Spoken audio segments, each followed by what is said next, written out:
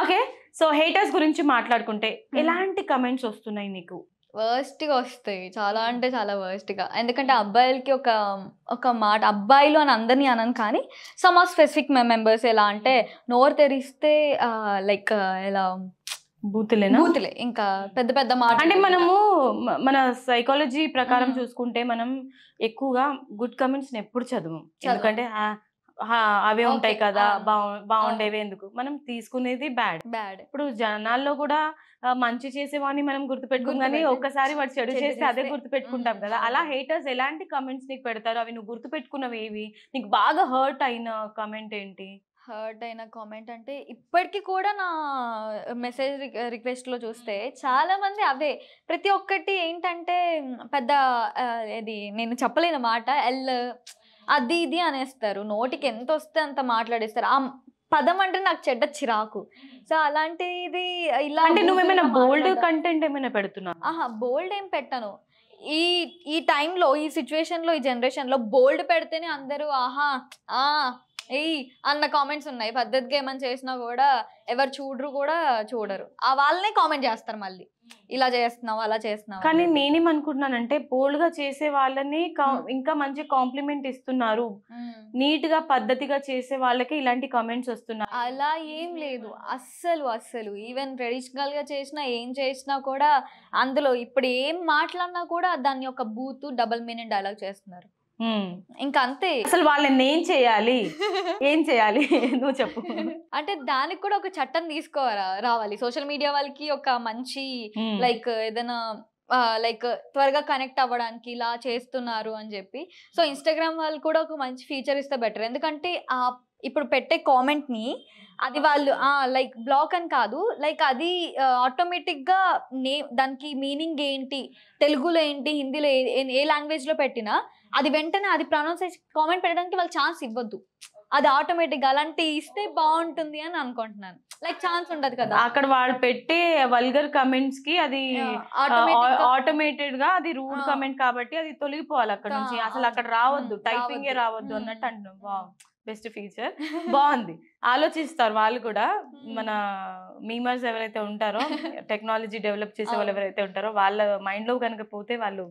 కానీ ఇదంతా వదిలేస్తే హేటర్స్ హేట్ చేయడం అనేది కూడా ఒక ఫీలింగే. అది అంటే నీకు ఏదో విధంగా ఒక ఫాలోవర్ అయితే పెరిగాడు కదా, అతను నీ గురించి ఆలోచిస్తున్నాడు కదా, అది హేట్ అయినా కానివ్వు, లవ్ అయినా కానివ్వు, కానీ నీకు ఒక ఫాలోవర్ పెరిగారో లేకపోతే నీ గురించి ఆలోచిస్తున్నారు అనుకోవచ్చు కదా. అదే మన ఫాలోవర్స్ మనకి కొంతమంది గుడ్ కామెంట్స్ పెడుతుంటారు, కొంతమంది బ్యాడ్ కామెంట్స్ పెడుతుంటారు. మళ్ళీ ఓకే బయట ఎవరైనా వచ్చి పెట్టారా అని చెప్పి చూస్తే మళ్ళీ వాళ్ళు నన్ను ఫాలో అవుతుంటారు, ప్రతి అప్డేట్ వస్తుంటుంది వాళ్ళకి, ప్రతి దానికి కామెంట్స్ పెడుతుంటారు, సేమ్ కామెంట్ పెడుతుంటారు, బ్యాడ్ కామెంట్. సో అది. సో నేను అలాంటప్పుడు అలాంటి కామెంట్స్ చూసినప్పుడు నీ ఫాలోయింగ్ కూడా నాకు అక్కర్లేదురా భయ్యా అని చెప్పి బ్లాక్ చేసి పడేస్తాను, అన్ఫాలో చేసేస్తాను. లైక్ అక్కడ ఉంటది కదా ఫీచర్ ఇన్స్టాగ్రామ్ లో అన్ఫాలో చేయడం, సో అది చేసేస్తాను. అసలు నువ్వు గ్రేట్ అనుకోవాలి, ఎందుకంటే ఇన్స్టాగ్రామ్ లో ఇంతమంది ఉండగా వాళ్ళని గెలకకుండా నిన్ను వాళ్ళు గెలుపుతున్నారంటే నువ్వు ఎక్కడో ఒక దగ్గర ఫేమస్ అయ్యావు కాబట్టే కదా అది. ఓకే, సో నీ ఫ్యామిలీ విషయానికి వస్తే యాక్చువల్ గా ఇందాకే నేను అడుగుదాం అనుకున్నాను ఫాదర్ గురించి. నువ్వు మదర్ గురించి చెప్పావు కానీ ఫాదర్ గురించి చెప్పలేదు. సో ఎప్పటికీ నువ్వు మర్చిపోలేని సిచ్యువేషన్ అది, ఫాదర్ కి ప్రాబ్లం రావడము, డెత్ అవ్వడము, ఇదంతా ఆ స్టోరీ అసలు ఏంటి, ఏమైంది? అంటే నాన్న ఆల్కహాలిక్ అనమాట.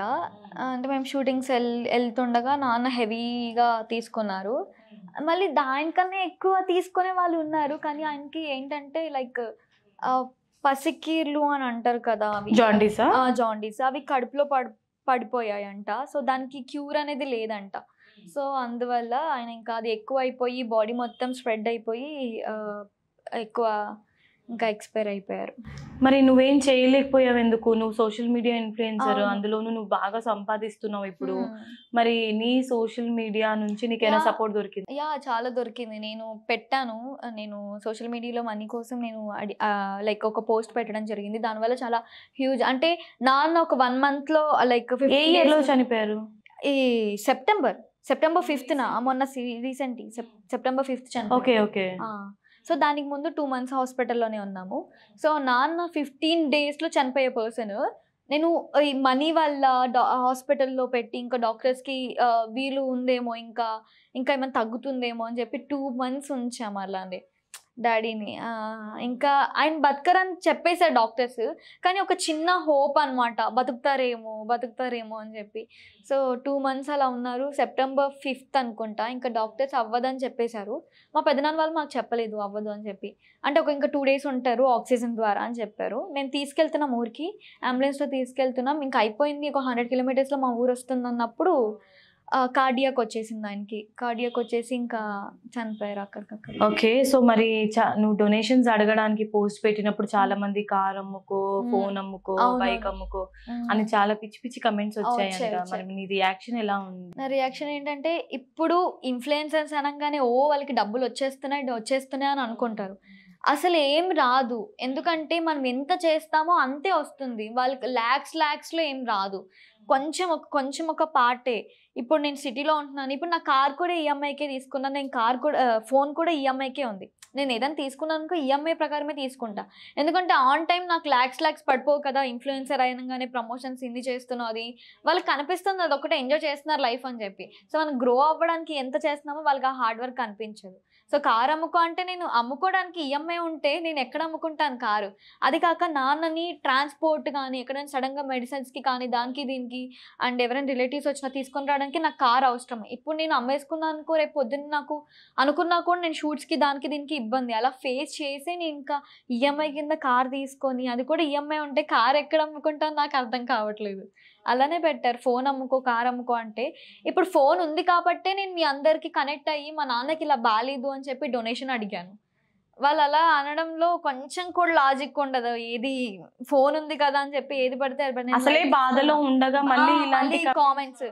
ఎవరైనా సరే ఒక మంచి సపోర్ట్ ఇస్తారు. ఇట్స్ ఓకే, మేము ఉన్నాము, నువ్వు జాగ్రత్తగా చూసుకో, వాట్ ఎవర్ ఇట్ ఈస్, నువ్వు ఏదైనా పోస్ట్ చేయి, మేము వెంటనే షేర్ చేస్తాం అన్నమాట కొంతమంది దగ్గర నుంచి చూశాను. కొంతమంది అయితే ఓకే మరి ఏందా అంత సంపాదిస్తున్నాక చేసుకోవచ్చు కదా, కార్ అమ్మేసుకోవచ్చు కదా, ఫోన్ అమ్మేసుకోవచ్చు కదా అంటే, బ్రో ఏం మాట్లాడుతున్నారు బ్రో, నాకు అర్థం కాదు. నువ్వు రెస్పాండ్ అయ్యావా మరి అలాంటి? నేను నాకు ఆ టైంలో మైండ్ ఏం పని చేయట్లేదు. నేను ఇక్కడ బాధపడాలా లేకపోతే ఈవెన్ ఇప్పుడు నేను చెప్పాలనుకుంటే, నాన్న డిశ్చార్జ్ చేద్దాం అనుకున్నాం. బిల్ చూస్తే 5 lakhs. ఇంకొకటి ఏంటంటే నిమ్స్ హాస్పిటల్లో లైక్ బిల్ కట్టేంత వరకు నీకు బాడీ లైక్ డాడీ ఇవ్వరు. నేను నా కళ్ళ ముందు చూసాను, బిల్ కట్టకుండా శవం అక్కడ పెట్టుకొని బయట ఎక్కడో లైక్ వాష్రూమ్స్ దగ్గర పడేసి అందరు ఏడుస్తున్నారు. ఒక్కసారి చూపించండి. వాళ్ళని క్లోజ్ చేసేసి వాళ్ళు ఏడుస్తున్నారు, ఇక్కడ బయట ఏడుస్తుంటే శవం ఎక్కడో మూలలో పెట్టేసి బిల్ కట్టేంత వరకు మీకు ఇవ్వము బాడీని అంటే ప్రాణం అల్లాడిపోతుంది అక్కడ ఆ టైంలో. నేను అలా అవ్వద్దు, నాన్న బతుకుండగానే నేను తీసుకొచ్చేసుకుంటాను, ఆయన చనిపోతానని చెప్పేశారు ఎలాగో. సో నాకు ఆ బాధ వద్దు. ఎందుకంటే మమ్మీ అసలు చనిపోయారంటేనే మన ప్రాణం ఆగదు, అలాంటిది ఒక బాడీని ఒక మూలలో పెట్టేసి. సో 1 day ట్రీట్మెంట్ ఆపేశారు. నాన్న బతుకున్నారు కాబట్టి ఇంకా ఐసీయూలో ఉంచారు. ఇంజెక్షన్స్ వేయట్లేదు, ఏం లేదు. నాకు హాస్పిటల్ అంటే ఎంత నరకం అంటే అంత అనుభవించే హాస్పిటల్. ఇప్పటికి కూడా మా అమ్మ హాస్పిటల్ అంటే నేను రాను, నాకు భయం వేస్తుంది అని చెప్తుంది. ఇక్కడ బాడీలో ఎప్పుడో కూర్చున్న సలైన్స్ నుంచి హోల్స్ ఉంటాయి కదా, ఆ హోల్స్ అసలు స్కిన్ క్లోజ్ అయిపోతుంది. ఆయనకు ఆ గ్రోత్ కూడా లేదు. ఆ బాడీలో నుంచి వాటర్, ఆయన బాడీ మొత్తం వాటర్ నిండిపోయి ఆ హోల్స్లో నుంచి వాటర్ వచ్చేస్తుంటే నర్స్కి చెప్తుంటే, అండి వాటర్ వస్తుంది కాస్త చూడండి అంటే, పట్టించుకోవాలి, మేమేం చేస్తాం, డబ్బులు కట్టి తీసుకెళ్ళండి అన్నట్టు అన్నారు వాళ్ళు. ప్రాణం, షర్ట్ మొత్తం తడిచిపోతుంది ఆయన వాటర్ ఇలా వస్తుంటే, స్కిన్ అతుక్కుపోయింది బాడీకి. వీల్ చైర్ ఉంటుంది కదా ఐసీయూలో, దానికి అతుక్కుపోయింది స్కిన్. ఇలా తీస్తుంటే డిశ్చార్జ్ చేసేటప్పుడు స్కిన్ పీల్ మొత్తం బెడ్షీట్కి అతుక్కుంది. అంత ప్రాణం అల్లాడిపోయింది. అంత డేంజర్ హాస్పిటల్స్ అంటే. బిల్ కట్టలేని పరిస్థితి నాకు. 1 day కమెంట్ చేసే వాళ్ళు ఇష్టం వచ్చినట్టు చేసేస్తారు. But every personal life, every individual life is important. And వాళ్ళ వెనకాల వాళ్ళు ఏం ఫేస్ చేస్తున్నారో వాళ్ళకి తెలీదు. జస్ట్ స్క్రీన్ ముందు రీల్స్ చేసేసారా, ఒక 2 వీడియోస్ చేసేసారా, వీళ్ళు హ్యాపీగా ఉన్నారా, డబ్బు సంపాదించుకున్నారా అని చూస్తారు. కానీ ఎవరి లైఫ్ లో వాళ్ళ పర్సనల్ ప్రాబ్లమ్స్ అనేది ఉంటుంది. అది ఎవరు అర్థం చేసుకో. అంతే, ముఖం మీద మేకప్ చేసేసుకున్నారు, స్క్రీన్ మీద కనిపించేశారు, హ్యాపీగా ఉన్నారని అనుకుంటున్నారు.